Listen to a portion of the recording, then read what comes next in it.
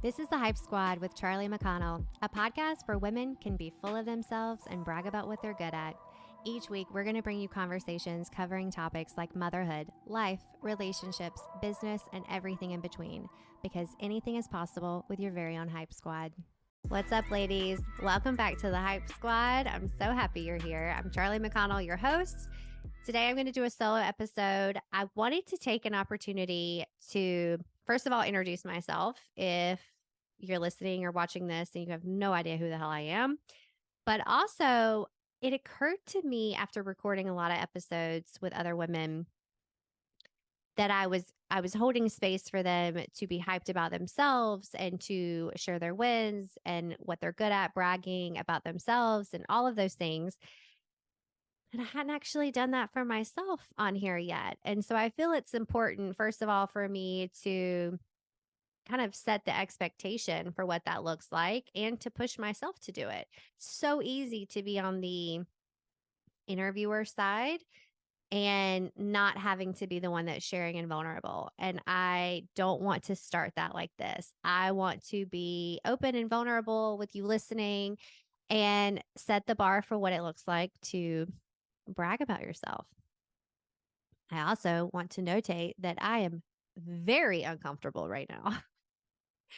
The idea of sitting here and bragging, having like a bragging session about myself, is making my stomach turn. And I share that because I don't want to misconstrue the fact that, or I don't want to mislead you into thinking that I'm comfortable right now, because I am not. And I think it's just a really good reminder that all of us are being raised to be uncomfortable sharing our wins or sharing the things that we're good at. And so that's really relatable, but you still need to do it. Like, you still need to push through and be able to show up for yourself, because that's really important. And I'm sharing I'm uncomfortable because I also want to share that I'm going to push through it and I'm going to do it anyway. And yeah, because once I get to the other side of this interview, I'm going to be really proud of myself. And I'm chasing that high. So,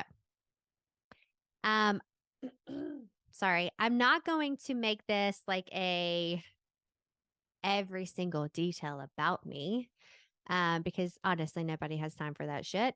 But I am going to give you the highlights about myself and how I got to this moment right here, and to share my wins and to tell you the shit that I think I'm really good at, or that, excuse me, see, I just did it.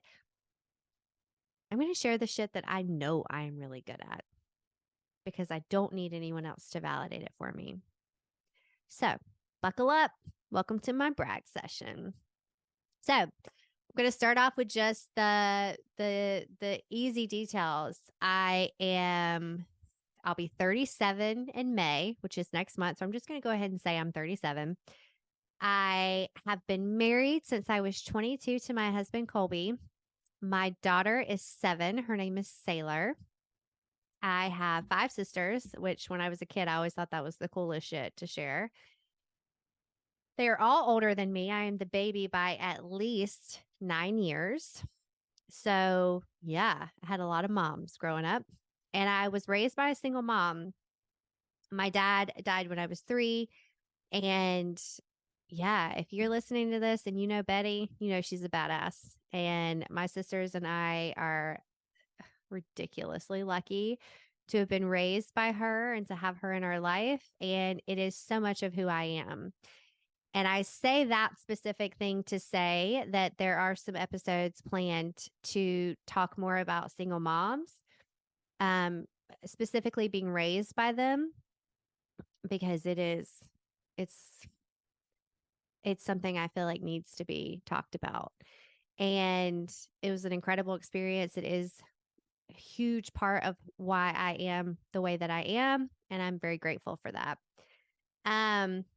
But I will say, I had George, Papa in my life. I always had a father figure. They weren't married, but my mom she was a single mom for a long time. So anyway, like I said, I got married when I was 22 to Colby. We, you know, I always say we started from the bottom and now we're here because we quite literally did. He's a hustler. I am now a hustler. I was not a hustler back then. And we started waiting tables at Italian restaurants. He worked at Red Elephant. I worked at Olive Garden. All we ate was Italian for like 2 years. We lived in low income housing. Like that was our story. And I remember saying to him, I hope you're ready to be a house husband because I'm going places, right? And then I ended up following him around. We moved like 5 times in 4 years with his job, and then he became an entrepreneur, and the rest is history.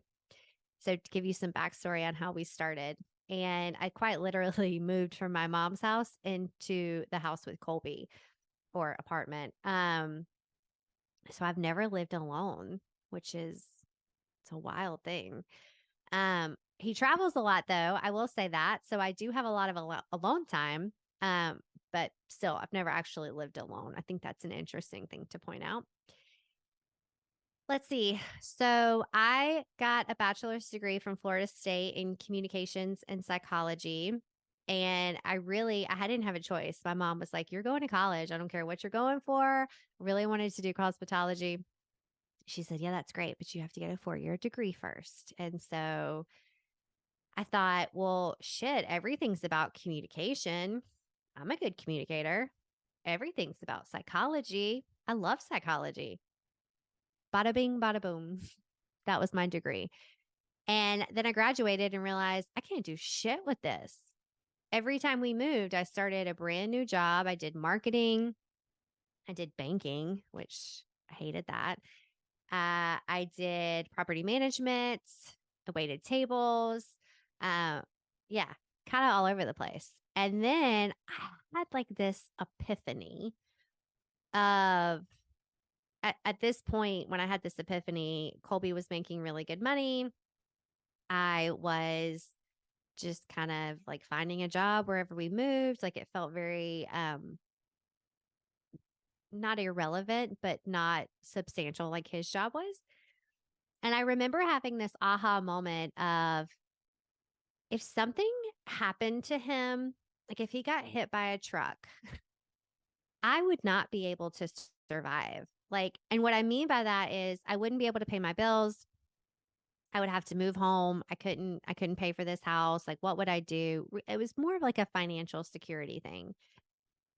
And I thought to myself, if I died, this is so silly, but I'm being brutally honest, he'll have to like do his own laundry and cook his own food. Like, yes, of course, he'll miss me. He loves me, all of that stuff. But like financially, I'm not contributing. And I remember thinking really clearly to myself, my mom raised me so much better than this. Like, I cannot depend on a man like this. So I went to nursing school when I was like 26. No, 25. And all of my friends were nurses, which is funny. Like all of my friends went in to be nurses, and I thought, I'm going to do something different. I'm going to go to communications. Like, I'm not going to do nursing. And then I went back for nursing. But I don't regret that for a second because it's so different going back to school as an adult. You take that shit way more seriously. And it literally consumed me, took over my entire life. And at this point, Colby was traveling a lot for work, and perfect. Like I need undivided attention for studying, and I have to like put all of my focus into this. And I'll share a win there for a second and a little bit of a brag. It was the first time that I did something that I can like fully articulate as an adult just for myself. And it was also a moment that I stood up for myself and said, I don't care how long it's going to take. I'm doing this. Because if I have this nursing degree, I will always be able to take care of myself. I will always be able to find a job. And I need that security for myself. And I think a lot of that was because my dad died when I was little, and I have always had this fear of that happening to me. And I feel like if you have had a childhood similar to that, you probably can relate to that. So, yeah, I am really proud of myself for doing that. And I discovered really early on in nursing school that I loved working with women. I was most interested in labor and delivery, women's services, women's health. And the interesting thing about nursing school is you get a very short amount of time, at least then, in women's health, specifically labor and delivery. I think you have like one semester that covers it, and it's just like a side note for most part. And then you didn't get any clinicals in that setting. Well, that's not true. You do get clinicals in that setting, but they are like not hands on. You are literally just observing. Whereas on the other floors, med surge, things like that, you get to give medicine and you get to participate a little bit more. Labor and delivery was a specialty. I remember like you had to wait till you got out of school to learn the things on the floor. But I knew like this is it for me. I had my first delivery that I witnessed while in nursing school, and it was a very traumatic delivery. And I remember my friend Bobby, shout out Bobby if you're listening to this. She and I were in the same clinical group and we were in that same delivery, and she knows exactly what I'm talking about. And it was a traumatic moment. And she or someone else said to me at some point, are you like after that, you sure you still want to do this? And I thought, hell yes. That was exactly what I'm supposed to be a part of. And so it was really interesting that I got like the worst possible, not the worst possible, but a pretty bad scenario of labor. And then I still really, really wanted to do it. So that's what I did. I went straight out of nursing school into a labor and delivery job. I loved it. Loved it. And people ask me a lot because I don't currently work as a nurse. I still keep my license up, but people ask me all the time, do you miss it? Every single day I miss it. I miss those women. I miss being in that moment of this huge moment in their life and being able to support them. And I think that what I'm doing now is exactly like that, except it's not in a hospital and it's not specifically around having a baby. I will say there were lots of challenges in that job. And I want to share this because I feel like this is really relatable too. The the environment that I worked in was really difficult for me in a lot of ways. Now, I will also caveat I worked with some amazing people. I had great experiences, but I also had some really shitty experiences. And I'm sure that you can relate anytime you look back on memories of your life, like the shitty ones really stand out. Even though there were most definitely good moments in that chapter, the shitty ones they're a lot louder, right? And that was my first experience of women not supporting other women in some capacities. And it was a great learning opportunity for me to weed out the people who were not for me and find the people who were. And I feel like I did that really well in that job. There were a lot of moments that I had never dealt with as far as just people not liking me or being not hard on me, but just not feeling comfortable around larger groups of people or just people in general. And I really had to learn to like put that on a shelf and come to work and not care. And the people pleaser in me wanted everyone to like me, and they didn't. And I had had experience with that in other jobs before, but nothing quite like that because it was in this job that I loved so much. And that was the only aspect that fell off to me. Whereas when I worked in baking, it was kind of similar, but I hated my job. So it was like everything sucked. This was such highlighted around the work environment that was difficult for me because I'm like, God, everything else is so great. Like, I don't understand why this isn't great too. I share that story because all of us have had that moment, at least I assume that we have, that we're like, damn, that person doesn't like me. And I have no idea why they don't like me. What did I do? Like, you're racking your brain. Why do they not like me? And what I ultimately had to come to terms with and realize for myself is like, that shit has nothing to do with me. They don't even know me. How the hell can they not like me? Right. Or they just don't like the idea of me, or something about me like rubbed them the wrong way. Regardless, it's none of my fucking business. Right. Like, they can not like me. That's fine. Totally fine. Move on. Right? Myself. That's what I said to myself. Move on. Find the people who get you, who understand you, who you connect with, and hold on to those people. And I did ultimately do that. Again, I'm sharing that story because that was a huge moment of growth for me. And I'm really proud of myself for being able to do that and coming out on the other side of that. Now,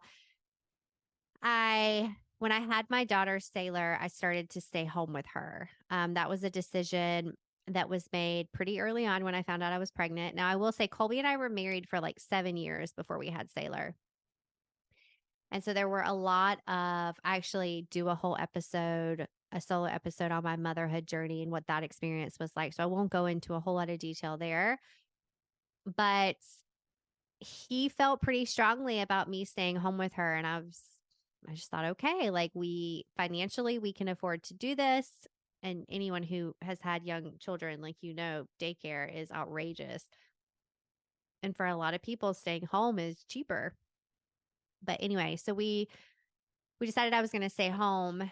And y'all, that was the hardest shit I've ever done in my life. 2 years of being a stay-at-home mom, by far the hardest shit that I've ever done. And I love my child.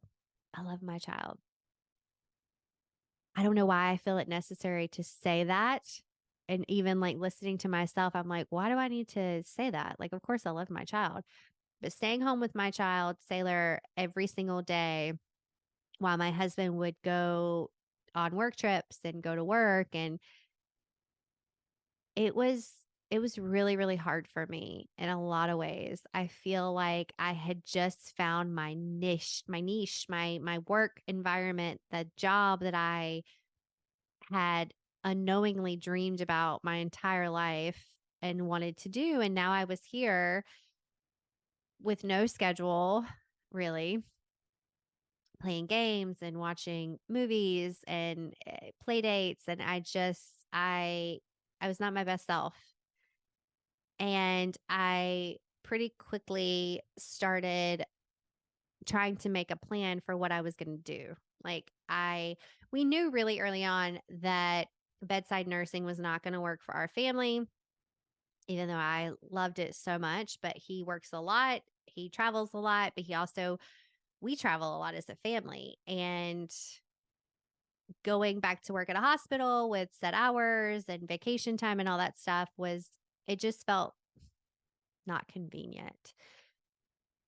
So I started thinking of ways. I kind of my husband's an entrepreneur and has been for a long time now. And I have witnessed him and watched him and kind of coached him for, at this point, like 14 years. And I started thinking, I think I could do that. I think I could do that. So I decided to start a side hustle. That's what I called it, a side hustle. Joke is on me. So I brought in my girlfriend, Michelle, to do this side hustle with me. I convinced her it was a good idea. And we took off. We started an etching business, which is etching metal. We were etching metal tools. We bought these big machines. They're essentially like printers. We had to build jigs. I'll tell that story in just a second. And it was not a side hustle. We actually bought our first machine in February of 2020, which great timing to start a business right before a pandemic hits. Although in reality, it was just the two of us working. So the pandemic didn't stop us. It affected us greatly, but we could work through it. It was just the two of us. So even in like the shutdown, we were still going to work and etching tools. One of the stories I really want to share is my fuck Randy story. That's the name of it. So Randy was this man who owned the distributing company of this etching machine that we bought. And he lived in Tennessee.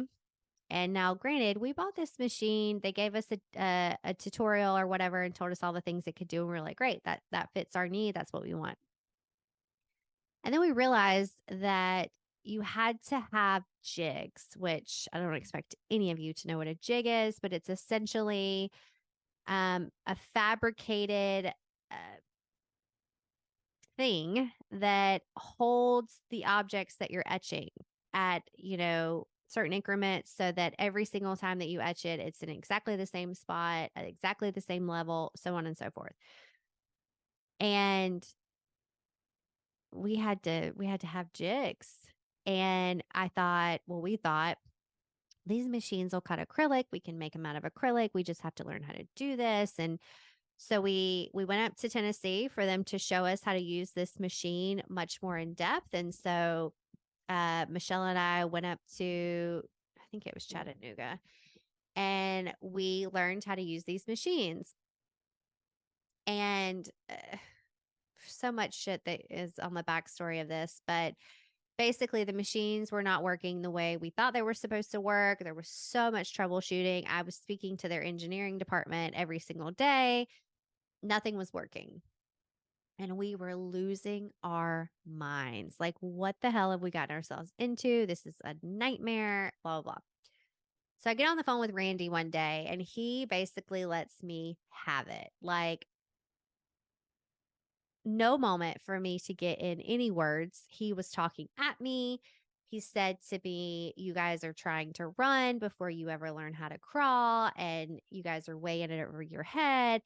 And I'm just like listening to this man tell me what I cannot do and boiling inside, and also not given any sort of space in this conversation to say any words, but also on the back end, really uncomfortable because I hate confrontation and I am pissed off, but I also probably couldn't have articulated my words clearly, even if he would have given me, an inch to say anything. And I remember getting off that phone call because it was just me on the phone call and telling Michelle, my business partner, my sister wife, what had happened. And we were both like up in arms about it. We were like, fuck this guy. We're going to figure out how to do this. I don't know how, but we are, and we're going to do it. I think we built 200 plus jigs out of acrylic, and we inventoried them all in a room with a pretty little plaque over the top that said, fuck Randy. And that is forever and will always be known as the fuck Randy room. Fuck that man for telling me that I could not do this, that we could not do this, and having zero faith in us to do this job. And we did it anyway.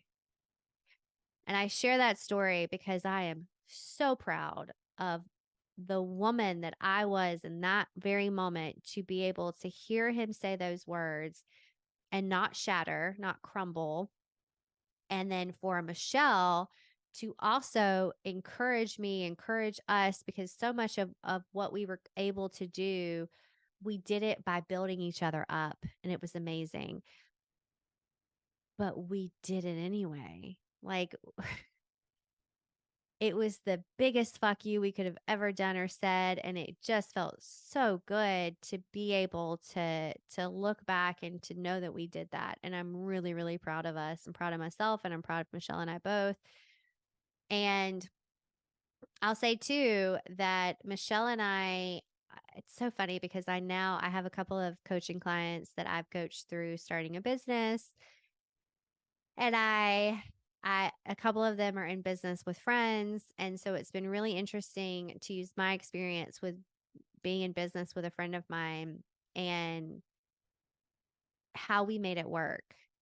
And Michelle and I will always affectionately call each other sister wives because we joked that, and I will also side note, our husbands are in business together. So we had a very, like, it was a family ordeal.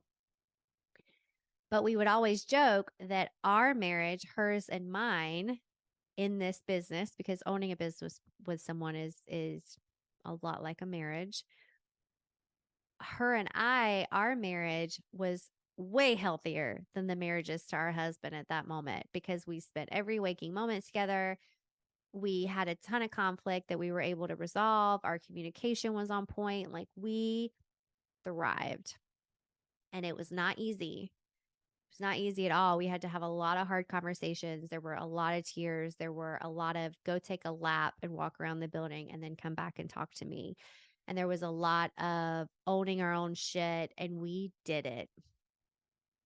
And I am so immensely proud of what we were capable of accomplishing together and that we both stepped up to the plate. Like she signed up for what I was calling a side hustle. It was not a side hustle. I think we probably worked 50 to 60 hours a week, uh, way more than that, a lot of weeks. And it took over our lives for 3 years, took over our lives. And so, yeah, I call myself, I am an entrepreneur. And that word is always really uncomfortable to say out loud. And I've heard a lot of other women say the same thing. So I know that I'm not special in that case. But damn it, I am. And I'm proud to be. And so much of that chapter of my life is why I was capable to come into this chapter. And I feel like it's really important to remember that all the chapters build upon each other, right? Like you may be in a chapter right now where you're thinking, what the hell am I doing with my life? Like where is this going? Keep going. Keep going because what you're doing right now is preparing you for the next thing. It may not feel like it is, but I can promise you that it is. And so you just have to keep moving. You have to keep making goals and manifesting what it is that you want, especially in your career and your work life, because nobody's going to give you that shit for free.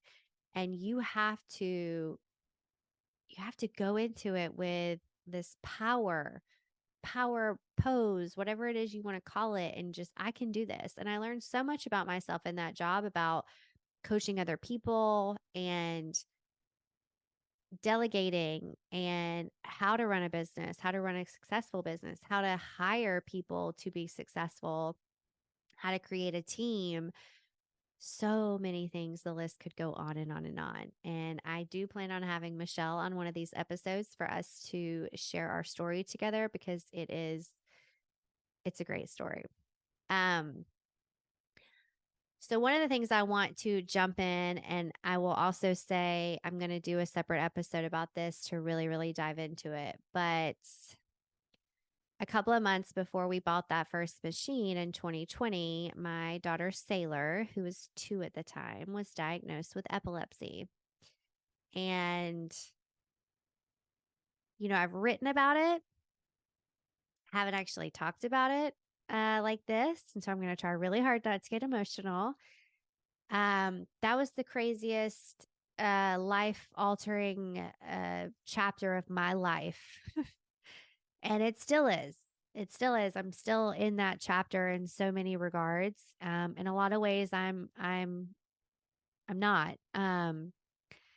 So I'm not going to go into super, super detail. Like I said, I'm going to do a separate episode where I can totally dive into this. I just have not been emotionally ready to do that. So stay tuned. She was 2 when she was diagnosed. She's now 7. And so almost 5 years at this point. December this year will be 5 years. I've learned so much about myself, about the people around me, about what I'm capable of doing, about strength and purpose and opportunity. I am who I am because of this, who I am right now. And I am a real believer in things in our lives happen for us, to teach us, to make us better. They're not happening to us. They're not some cruel joke that the universe plays on us, although we may see it like that for a long time. But I did eventually shift my perspective to see it as something that I could learn from and, yeah, learn from. And it took me a long time to get there. So if you're listening to this and you're in a really big season of hard times, um, specifically with your kids, I hope you get there too. And I will say that nobody's timeline is the same, and we all grieve and process things on our own time schedule and our own way. And the same was true for my husband and I both. Some of the things I want to be proud of and share and talk highly about myself is I always put her first. And I've said a lot of times, oh, I'm starting to get emotional. Said a lot of times that, she's a child.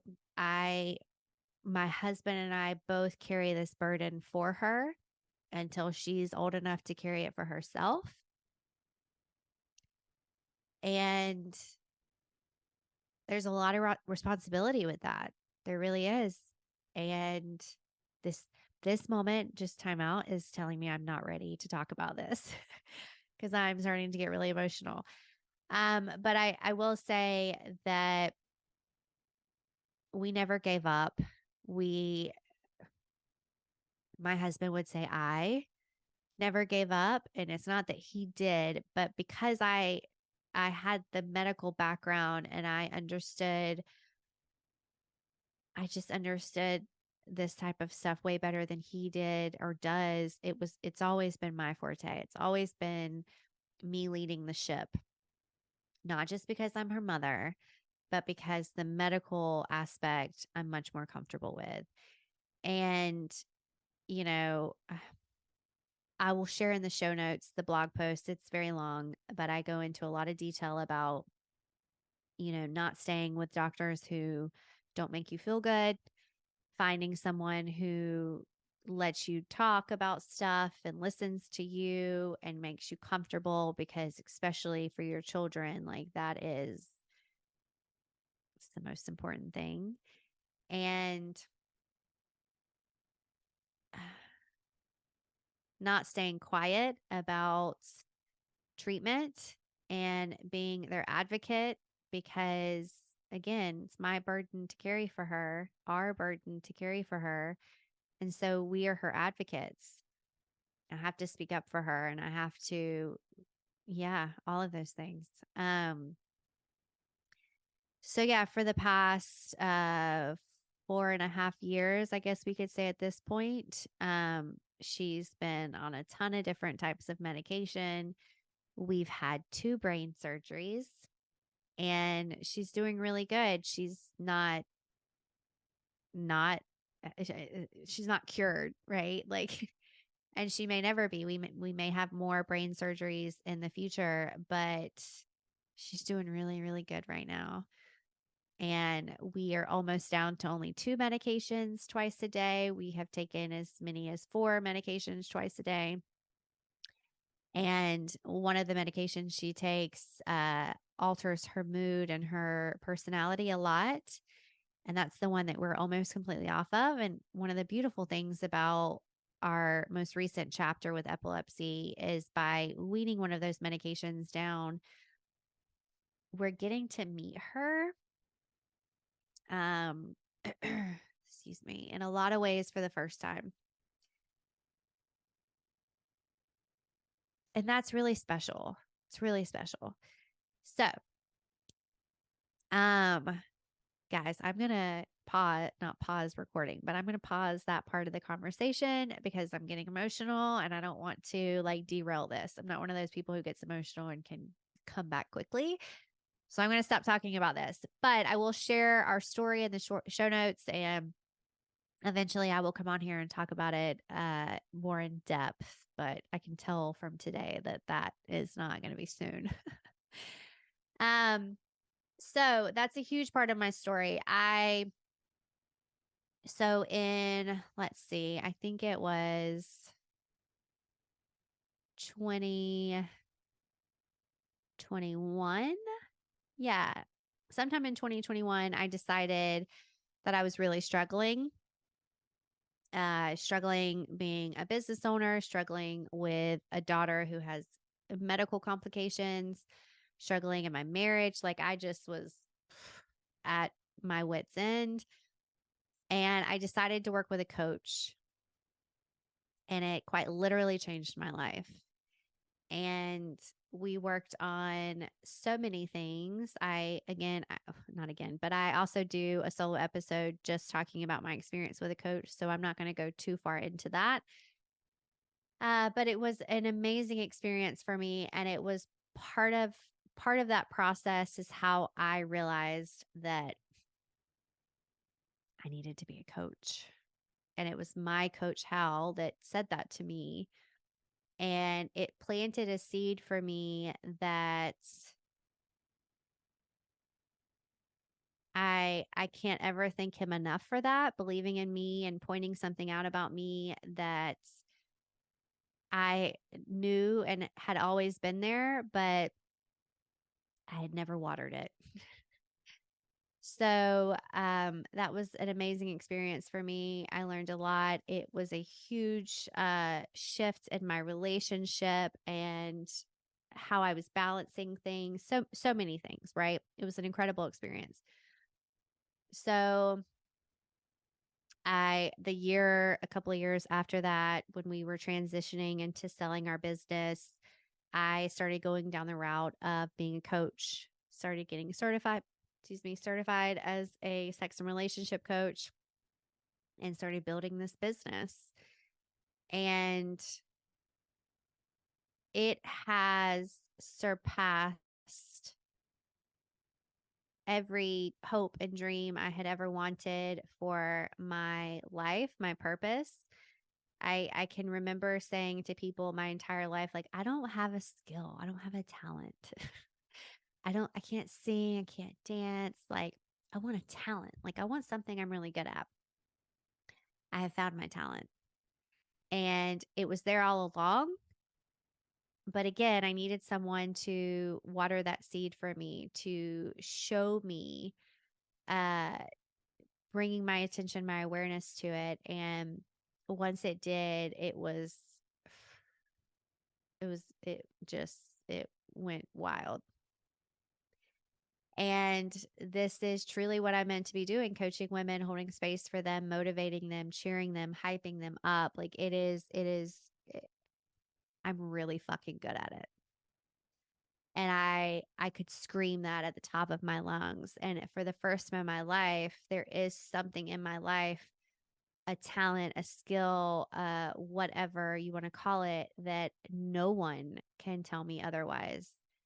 I know in my heart and my soul, this is what I was always meant to be doing, coaching, not necessarily podcasting, but coaching women, holding space for them, supporting them. And I feel more alive now than I have ever felt. And it was part of the reason I wanted to create this space, this podcast space, because and I said this in the first episode, social media has always been difficult for me. It feels very unnatural, all of those things, blah, blah, blah, blah. But even if no one listens to this podcast or these interview conversations with these women, they and I am getting so much out of these conversations. And the fact that we're recording them and posting them is just a bonus. And so I think it's a really great example of what coaching could look like. I mean, I'm not necessarily coaching these women, but you can see how that process works. And I also, will come on and share like solo stories about stuff that I want to go a little bit more in detail and share those stories. But yeah, so I feel like that's the timeline I wanted to talk about. I have like a little bullet point of like, it says motherhood, marriage, family, business, school. One other story I want to tell you about school specifically is when I started this business for coaching, I had this moment of, oh shit, I'm not ready. And for me, I love school. Love school. Such a nerd when it comes to that kind of thing. And so my immediate go to was, okay, I'm not ready. Let me go back to school. Let me go back to school to be a certified therapist, like a licensed family therapist. And I called schools. I got credit hours in place. I figured out how much money it was going to be. Like I did all of this, like had okay, it's going to take me this many years. This is what I'm going to do while I'm in school. I'm going to, focus on this, blah, blah, blah. And it was my husband, Colby, that called me out and said, "What the hell are you doing? Like, you're just running from this. You are just trying to kick the can down the road because you're scared. Why are you scared? What is that license going to do for you?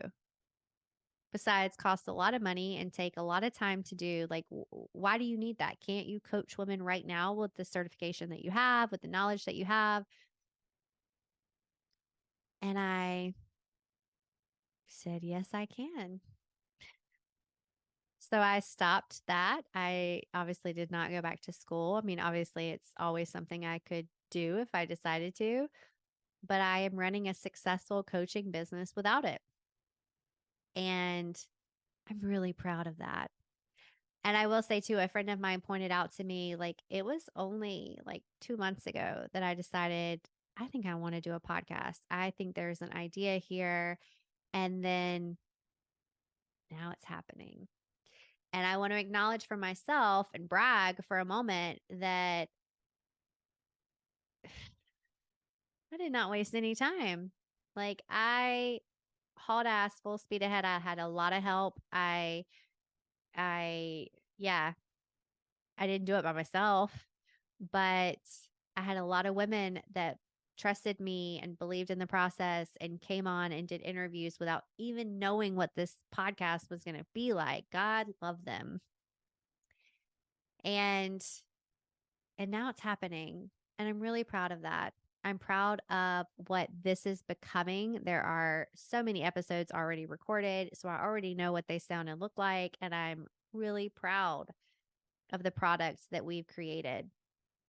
And I'm proud of myself, really proud of myself.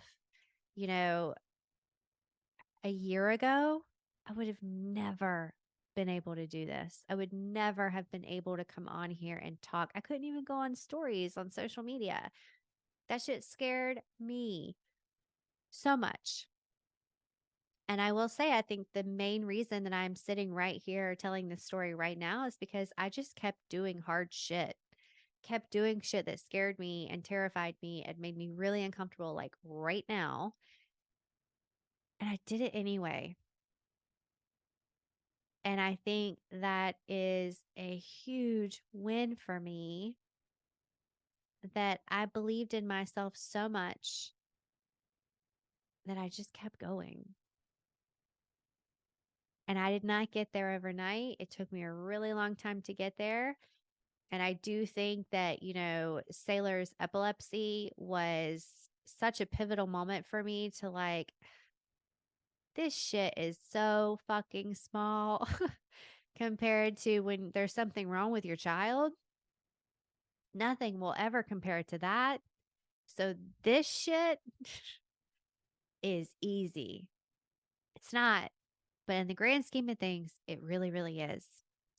And I think I needed that humbling moment to remind myself that there is bigger shit to be scared of. This shit, it's not worth being scared about.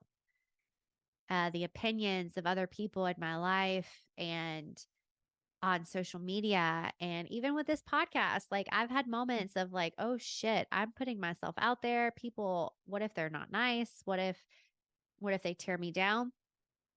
I don't fucking care because I know what hard shit is. This is not hard. There is not shit anyone out there could say about me or to me, maybe to me because I hate confrontation, but about me that could even begin to compare to that with Sailor. And I feel a little invincible because of that. We made it through that shit. We are making it through that every single day. And I can do hard shit. And this is not hard. It is, but it's not hard like that. So I feel like that's a good place to wrap this up. I hope that you learned something about me and you feel a little bit more comfortable being here and knowing who the hell I am.